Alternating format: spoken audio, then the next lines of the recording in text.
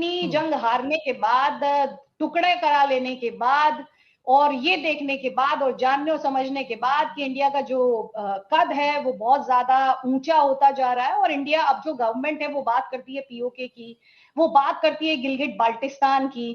तो कुछ नहीं, अगर कि जी बाजवा साहब ने कहा कि हम अभी जंग नहीं लड़ सकते, अभी हमारे पास फ्यूल नहीं है, सामान नहीं है, कुछ नहीं है, तो इस किस्म की बात उन्होंने की कि इसलिए हम जो है टर्म्स को बेहतर करना चाह रहे हैं। भी है, हतफ भी है, नसर भी है और पता नहीं क्या क्या है। तो आपको पाला है, पोसा है इस दिन के लिए, आपको कोई डीएचए बनाने के लिए या बैरियर टाउन बनाने के लिए बनाया था हमने। और दुनिया के कौन जो फौज है, आप साबित करें ना, जो आपको अय्याशियां कराई गई हैं। अब मौका है, मुसलमानों की जान पे बन गया है, आप लड़ें। यही गांधी साहब का फतवा है, यही पैगाम है पाकिस्तान का। जर्नैलों ने तुम्हारा मुल्क चाट लिया, ठीक है, खा गए सब कुछ। जो तुम्हारे मुल्क का लोहा था ना, उसको पिघला के पी गए तुम्हारे फौजी जर्नैल। तुम्हारा आधा मुल्क ईस्ट पाकिस्तान बांग्लादेश बन गया। इनकी शाहीन और हत्फ और ये सब जो मिसाइल है ना पाकिस्तान की, वो पाकिस्तान की असली मिसाइल कटोरा है। ये फेक है कि ये जो पाकिस्तान के साबिक आर्मी चीफ कहते हैं कि हमारे टैंक जंग आलूद हो चुके हैं, हमारे पास असला उस तरह नहीं है मॉडर्न, जिस तरह इंडिया 76 अरब डॉलर पे चला गया है और हम उधर ही बैठे हुए हैं 10 अरब डॉलर। हम इंडिया इंडिया इंडिया करते रहे तो हमारे सबसे बड़े दुश्मन तो खुद इस मुल्क के अंदर जो है वो गारों में और इधर उधर असला लेके छुपे हुए हैं, जिनसे हम डील नहीं कर सकते। तो इंडिया तो एक बाज़ाब्ता एक मुल्क और एक रेगुलर आर्मी है। तो इस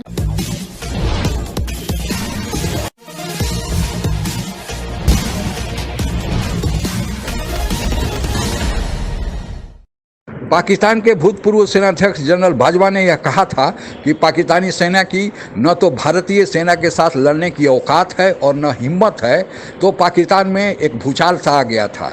अब एक पाकिस्तानी मौलवी ने कहा है कि भारत से लड़ने की न हिम्मत है और न औकात, तो भारत के खिलाफ भौंकना पाकिस्तानी नेता और पाकिस्तानी सेना के लोग बंद करे।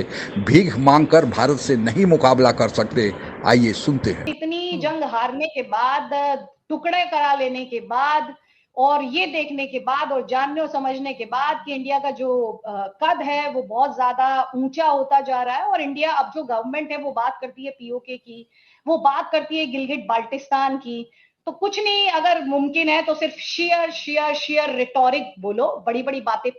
कि जी बाजवा साहब ने कहा कि हम अभी जंग नहीं लड़ सकते, अभी हमारे पास फ्यूल नहीं है, सामान नहीं है, कुछ नहीं है, तो इस किस्म की बात उन्होंने की कि इसलिए हम जो है टर्म्स को बेहतर करना चाह रहे हैं। तो ये दो तरह की बातें आपके ख्याल से क्यों चल रही हैं? एक तरफ कुछ और कहते हैं पहले के आर्मी चीफ के बारे में और इस वक्त डीजीआईएसपी बिल्कुल ही अलग बात कर रहे हैं। मुझे ये बहुत ही मुझे नहीं लगता, देखें कि किसी भी कंट्री का जो बेसिक नेचर है आप वो बदल सकते हैं।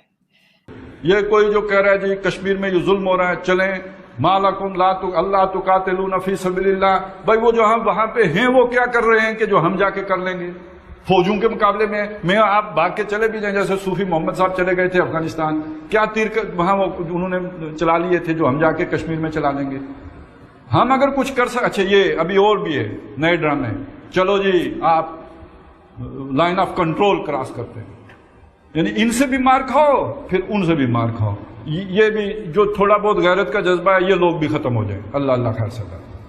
तो बात समझें, इसका कोई फायदा नहीं है। मार्च ही करना है तो इस्लामाबाद मार्च करें, पिंडी की तरफ मार्च करें कि भाई आपको इतना अरसा पाला है, पोसा है, जवान किया है, लड़ाने के लिए ये सारा कुछ किया है, मासूम के ऊपर भी टैक्स लगाए हैं आपने, हमने दिए हैं, तो अब लड़ने का टाइम है। आप भाई जी लड़ो, हम दुआएं करेंगे। हम तो मौलवियों ने लड़ना थोड़ी है, हमने तो दुआएं करनी है, या अल्लाह मुजाहिदीन को कामयाब फरमा। आपके पास शाहीन भी है, हतफ भी है, नसर भी है और पता नहीं क्या क्या है। तो आपको पाला है, पोसा है इस दिन के लिए, आपको कोई डीएचए बनाने के लिए या बैरियर टाउन बनाने के लिए बनाया था हमने। और दुनिया के कौन जो फौज है, आप साबित करें ना, जो आपको अय्याशियां कराई गई हैं। अब मौका है, मुसलमानों की जान पे बन गया है, आप लड़ें। यही गांधी साहब का फतवा है, यही पैगाम है पाकिस्तान का। जर्नैलों ने तुम्हारा मुल्क चाट लिया, ठीक है, खा गए सब कुछ। जो तुम्हारे मुल्क का लोहा था ना, उसको पिघला के पी गए तुम्हारे फौजी जर्नैल। तुम्हारा आधा मुल्क ईस्ट पाकिस्तान बांग्लादेश बन गया। कौन था उस समय? फौज थी तुम्हारी, राइट? याह्या खान कौन था? कोई सियासतदान था?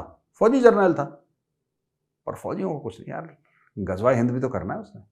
तो क्या हुआ, वो शराब पी के 3 दिन अपने कमरे में बंद करके लॉक करके पड़ा और उसके स्टाफ ऑफिसर्स की इतनी हिम्मत नहीं हो कि नॉक करके बोले कि सर भारतीय फौजें जो हैं वो ढाका पहुंच गई हैं, आप अंदर शराब पी के सो रहे हैं। किसी की हिम्मत नहीं हुई, ये बात सच है, आप जाके पढ़िएगा। इनकी शाहीन और हत्फ और ये सब जो मिसाइल है ना पाकिस्तान की, वो पाकिस्तान की असली मिसाइल कटोरा है।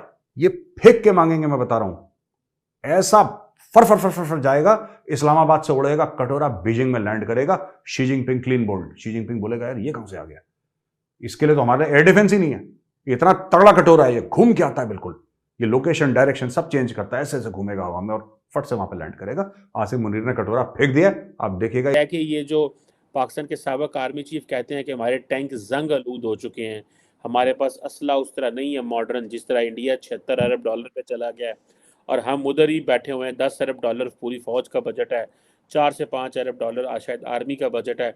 आपको ये अप्रोच, ये सोच किस तरह लगती है? ये डिफीटेड, हम इंडिया इंडिया इंडिया करते रहे तो हमारे सबसे बड़े दुश्मन तो खुद इस मुल्क के अंदर जो है वो गारों में और इधर उधर असला लेके छुपे हुए हैं, जिनसे हम डील नहीं कर सकते। तो इंडिया तो एक बाज़ाब्ता एक मुल्क और एक रेगुलर आर्मी है। तो इसलिए ये चीज़ जो है अब हमें देखनी चाहिए कि इसमें जो बाजवा साहब का नैरेटिव है वो बिल्कुल सही है।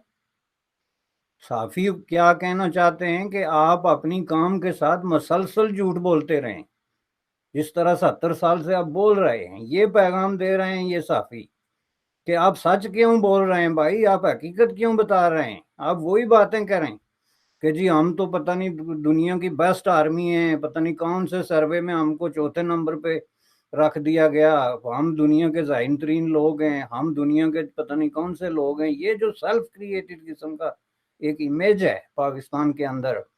अब ये साफ़ी वही बात कर रहे हैं कि फ़ौज के पास ना टैंक हैं, ना गोले हैं, ना बारूद है, ना पैसा है, लेकिन वो डटे रहे हैं जनाब के नहीं नहीं जी कौन कहता है हम तो बहुत बड़े, we are ready to fight.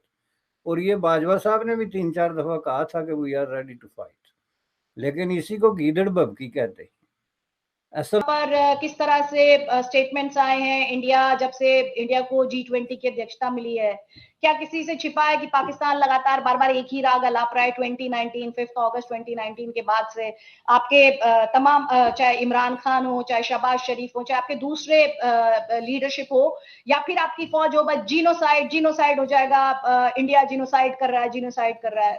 तो प्रोपेगेंडा पाकिस्तान चलाता है, इससे कोई इंकार नहीं कर सकता। और ये तो कोई बिल्कुल भी नहीं मानेगा कि पाकिस्तानी स्टेट की इन्वॉल्वमेंट के बिना, आपकी एजेंसीज की इन्वॉल्वमेंट के बिना भारत में कोई आपके यहां पर बैठे हुए एलिमेंट्स अटैक को अंजाम दे सकते हैं। तो ये तो बिल्कुल ही मतलब ऐसे होगा कि हम डिनायल में चले जाएं। ये मैं हम अक्सर कहती हूँ कि Pakistan can be a state in denial, but we are not. We are very upfront and we see things as they are. So that is what I would say. लेकिन ये भी तो हो सकता है कि कुछ लोग ऐसे हों जिन्हें ये ना पसंद हो कि बिलावल भुट्टो जो हैं वो इंडिया जाएं और इंडिया के साथ किसी किस्म की बातचीत हो। वैसे तो जिस किस्म के स्टेटमेंट उन्होंने पहले दिए थे, चाहे वो प्राइम मिनिस्टर मोदी के बारे में हो या फिर डॉक्टर जयशंकर के बारे में, उसके ऊपर तो खैर इंडिया के अलावा पाकिस्तान में भी लोगों ने उनको काफी कुछ कहा कि गलत कहा है, उन्होंने इस तरह बात नहीं करनी चाहिए थी। लेकिन फिर भी कुछ लोग रोकने की कोशिश तो कर ही रहे होंगे, तो आपको नहीं लगता कि वो भी एक रीजन हो सकता है? लेकिन आरजू, आप मुझे बहुत बेसिक सी बात बताएं ना, बात और घात दोनों एक साथ। चीनी तुम्हें पैसे देते हैं। आप अगर हमसे जुड़ा रहना चाहते हैं तो कृपया मेरे चैनल को सब्सक्राइब करें तथा बेल आइकन भी दबा दें ताकि नई वीडियो की जानकारी तुरंत आप तक पहुंच जाए। धन्यवाद। जय हिंद।